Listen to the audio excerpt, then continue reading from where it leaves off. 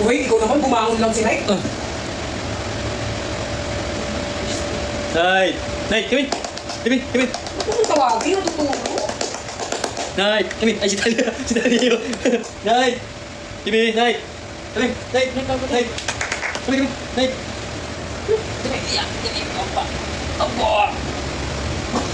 Ay, pasarap ng bunso. Okay, ano na? Sorry, guys. Anong clue? Pinaka-best na ginawa niyo sa isa't isa. Siguro ano. Pinaka-best na ginawa sa akin ni Nico siguro yung ano, nagmi-make time siya every time ano, kapag kunya, pinaka-gusto ko talaga kapag kasi may mga chismis ako sa buhay, kay Nico ko unang chinichismis. Di ko alam, very ano ako. Dati wala akong pakialam dyan, gusto sinasabi. Pero ngayon nakakapagsabi ako ng mga chismis sa buhay or pag may mga ano ako sa mga rant ako na kapag yun siguro yung pinaka best ko na ano. Uubos, parang mas naging ano ko kasi nakakasabi ako sa'yo ng yung mga pang personal ano lang. Pero nasasabi ko sa'yo, like for example, may ganyan, may mga brothers. Nasasabi ko sa parang sobrang komportable na ako magsabi sa kanya, parang hindi na ako nahihiya. Hi, Joyce. Hi, Michelle. Good night.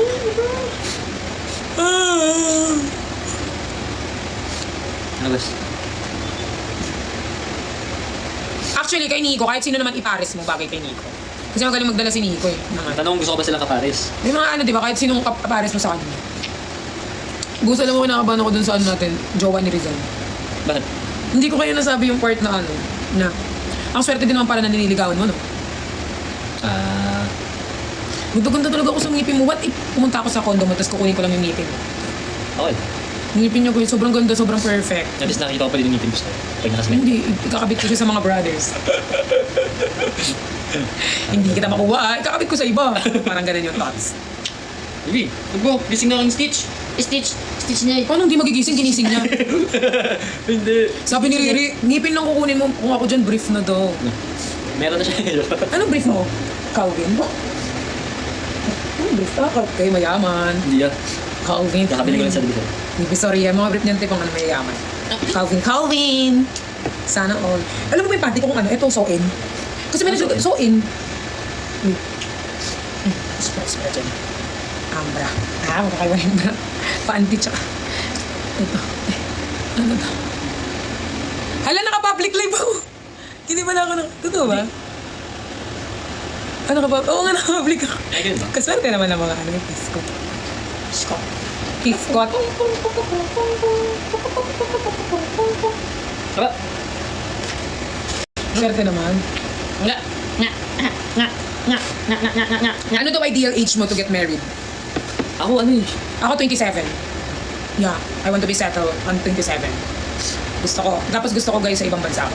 Alam mo ba, gusto ko maging ano, parang kisses. I want to be remembered. Jesus? Gusto ko yung bigla na lang ako mawawala sa social media tapos parang, Sino si Jesus?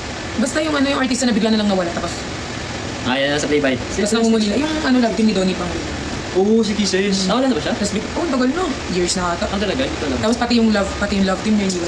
Oo, So lahat, talagang bigla lang. Bakit? to remember. Wala lang. Wala lang. Gusto niya lang biglang, parang ganun gusto ko. So siguro at the age of 27. Ako, siguro pag ano. Foreigner ba ang gusto mong husband, Pat? Hindi ko pa kasi masabi eh. Hindi ko pa masabi. Pero, gusto ko Pinoy talaga. Pero kung sino ibigay ni Lord, we never know. We never know. Di ba, babe? Foreigner naman to, Korean na bulok. Korean na hilaw. Taiwanese. Pinoy na lumaki sa Bacolod. Taiwanese na natay. Taiwanese. Taiwanese. Ay, sorry. Stitch yun. Ay, ikaw daw, anong age mo daw? Lagi na lang daw ako sumasagot. Sorry. Ako inisip ko kasi ano eh. 32. Ano. Kasi siyempre kaparat ako ng kapatid ko. Pamangkin ko, pinaparal ko pa. Pero feel ko nafe-feel ko kay Nico, parang feel ko mag-ano siya. Tatapusin ko muna yung... Oo, parang mas mag-focus siya sa career niya. Parang, kasi mas gusto niyang i-help yung family niya, parang i-help yung lola, yung mommy niya, yung kapatid niya mapatapos siya. So may mga goal talaga siyang gusto sa buhay. So kung makikipagsapalaran siya, talagang makikipagsapalaran niya. Ganun naman kapag about sa family mo, you're gonna do anything. Everything. Kahit, yeah. So parang, yun, parang feel ko ganun si Nico. Parang gusto niya settle muna siya bago niya unahin yung sarili niya, settle na yung family niya. Kasi mahirap kasi pag naati yung utak mo, no? I mean, na-enjoy mo. Siyempre, na-enjoy mo naman talaga yung life. Pero siyempre, iba din yung na-enjoy mo yung life nang wala ka nang iniisip. Yung dire-diretso yung pag-enjoy mo. Siyempre, pangit naman pag nag-enjoy ka tapos at the back of your mind, diba? Kumain na ba sila? Oo, bayaran mo yung tuition na kapag.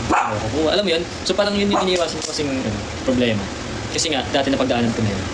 As in, alam mo yung isa ito, boss? Pinag-hati-hatian pa namin yun. Totoo ba? Oo, dati. Ganun ka, napunta kami sa ganung kababang point ng life namin. Sa family.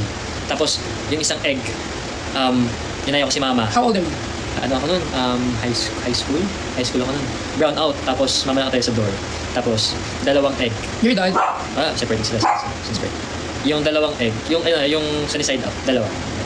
Nasa plate. Tapos, inaya ko si mama. Sabi ko, kumakain tayo, ganyan.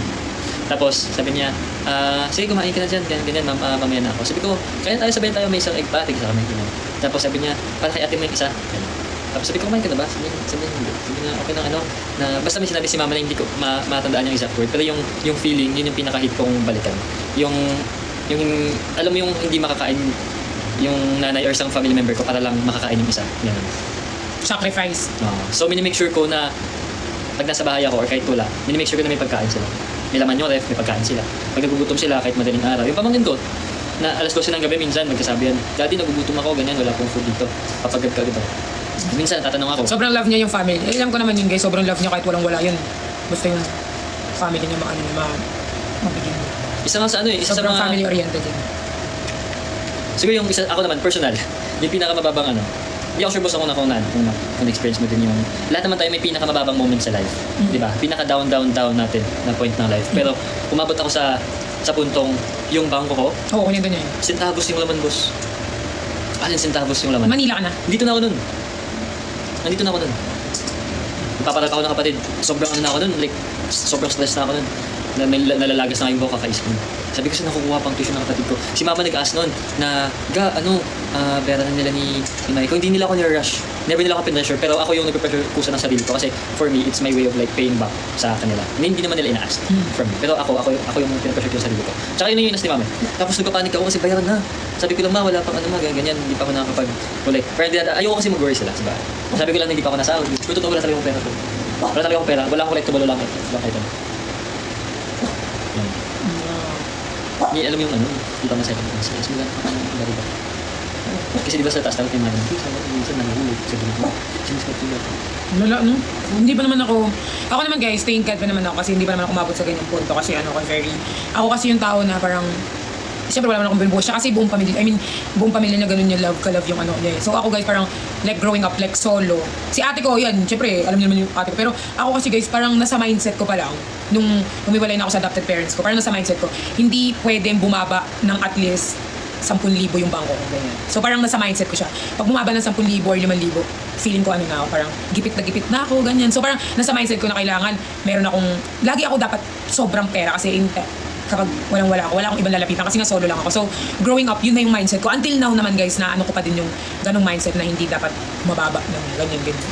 Tatakot talaga ako guys, stress ako ganun. So parang, kasi parang nag-business na ata ako ng 20 ako, nag-cosmetics na ako, diba? So parang, hi! Sino Tim Black? Ito guys, bigay ko kay Nico. Check nila. May kwintas yun boss. Oo, kasi ko nga. Sino may kintas? Sinutan ko sila. Binisan ko ngayon. Sana ba yun? Sleep ka na. Tama na ang kakasagad-kagat. Sleep na. Nico, do you have plan na makilala si Pearl ng family? Kilala ko na po yung family mo. Magkakilala na sila. Na-meet ko na din. Alam mo yung si Michael lang tsaka si Lola yung... Kung hindi lang siya inoperahan, minsan yung birthday gift ko sa kanya. Papuntahin ko siya dito. Di ba lately lang, guys, no? Kala nyo, ganyan-ganyan si Nico, guys. Ang dami niyang guys. Pwede ba sabihin niya dito? Nakasubs naman tayo. Ako? Yung lola nyo, guys, na accident. Hindi, na-infect yung paa niya. Like, sobrang lumobo talaga. Ngayon lang. Before, ngayon? Last week lang. Yeah, last week lang. Sobrang lobo ng paa niya. Like, sobrang laki talaga. Kasi hindi niya alam na tetanus pala siya. Na-infect yung paa niya. Buti na lang, nung pina-x-ray, hindi pa umabot sa buto. Kasi pag umabot na sa buto, puputulin niya yung paa. Buti na lang, di ko alam yun Nalaman ko na lang na nung sinabi nila sa akin na ipapa-hospital na si Lola. Kasi sinasabi nila sa akin dito siya makalakad, masakit yung paa. Pero akala ko natapilok lang. Hindi ko alam na may sugat pala. Di ba sabi ko sa'yo, bukas yung paa niya. Sumabog yung sa minanong part. Ito talaga gusto. Alam mo to? Ito, bukas. Kasi yung skin, di ba lumobo? So nag-stretch yung skin. Yung skin na nag-stretch, sumabog kasi pinaparahan nga, gumanon. So nakabuk, like open wound siya. Kwento niyo sa akin yun. Eh, yung ano ko dapat, yung gift ko dapat sa lola ko last week na before, the day before siya sabihin na i-confine siya. Sabi ko, check ako ng flight, baka may mura. Ganun. Sabi ko, dito ka mag-birthday saan gusto mo. Kasi hindi pa siya nakakagala ng Manila. So sabi na, sige, ganyan. Tapos akala ko yung paa niya, like wala lang. Sabi ko na, sige, pagaling mo muna yung paa mo. Kinabukasan, doon ko nalaman. Doon na nila pinakita sa akin. Na ganito pala kalaki yung paa niya. Kaya pala siya hindi makalakad. Akala ko maga lang na, alam mo sa mga lola, pag yung mga joints, buto-buto. So yun, bawi muna kasi kakaopera lang. Okay. Sobrang ano niya, sobrang love na love niya yung lola niya na yun. Si lola niya sobrang love na love ni Nico. Yun yung ano, narinig mo. Hi, Paradise! Oo nga, siya nga, ang ganda niya no.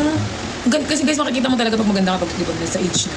Kahit tumanda. Kahit tumanda, I feel ko sobrang ganda niya ng kabat. Mama siya ng papa mo, ng mama mo. Mama. Ng mama. Di ba birthday niya? Birthday ng 17. Oo, di ba? Ayun. Gaya guys, sabi ko nga sa inyo, always choose to be kind kasi hindi niyo naman alam kung ano pinagdadaanan ng tao. And dyan pa rin ako ay, bilan anak.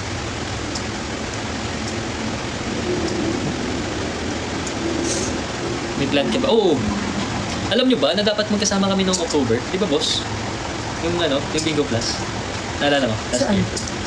Dapat di ba magkasama tayo? Saan? Noong October, na Bingo Plus sa Bacon. Naalala mo? Hindi. Yung dapat magkasama tayo pero hindi ko kinakalim na TV. Ay, oo, kasi bumaba. Oo. Lahat may Bingo Plus kami Bacolod kasi hindi natuloy. Kami nila QD kasi sila. Parang ganun din sa Cebu. Kaso medyo hindi nagkasundo. So, sila lang. Boys lang. Sila lang yung natuloy. CS na ba ako nun, boss? Oh, yes. Hindi nagkasundo. Pero kasi yung Bingo Plus mo that time, ano pa? Own ko, sa akin. Nagdadirect sila sa amin, sa akin, kay QD, tsaka kay Fukirat. Kasi medyo hindi nagkaano. So, Hindi lang nagkasa. hindi lang nagkasundo. So, hindi ako natuloy sa Bacolod. Do you both love each other? It's look that both of you are meant to be. Bless you both. Sino to, Cherlyn? Kung ano tayo, gusto yung mga fan tayo na sa ibang bansa, no? Okay, oo nga, nakikita ko yung relation. Hindi lang yun, boss. May mga talaga... Alam mo saan mo makikita, boss? Sa Facebook page ng Nicolas. Wala. Asan yung iPad mo? Papakita ko muna sa'yo. Bakit tayo Sleep ka muna dyan, sleep ka muna. Pag yan umihi, boss, ha? Diyan nakapapit. Sleep ka muna.